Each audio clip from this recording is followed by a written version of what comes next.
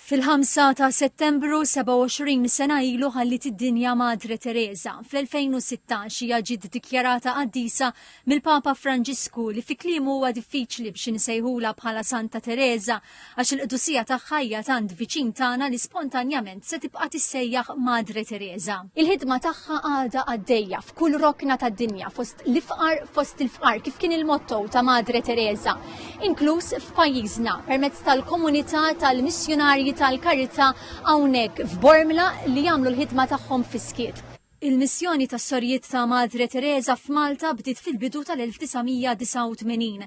Illum il-komunità tinkludi 5 sorijiet li ġejjin mill-Indja, l-Italja, ir-Rwanda u l-Ekwador. Bħalissa qed iżuru Malta ta' sorijiet oħra mill-Alġerija, l-Libja u l-Eġittu.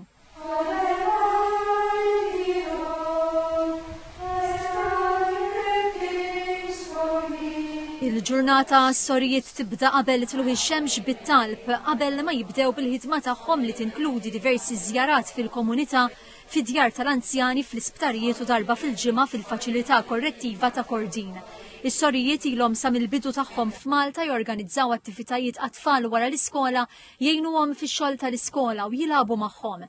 Sister Elok mill-Indja rrakkontat li hija kienet ħadmet mill-qrib ma' Madre Tereża, għexet magħha waqt li kienet qed tagħmel il-formazzjoni fl-Indja, imbagħad ħadmet magħha fil-Yemen fost il-Lebrużi.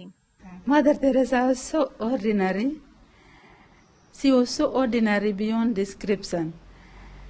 You cannot see, but she was so united to God that God's radiance was simply flowing in and through her. And this was the attraction which made me to follow her in this order. Sister Miriam mill-Ekwador hija li żar soru fil-komunità f'Malta.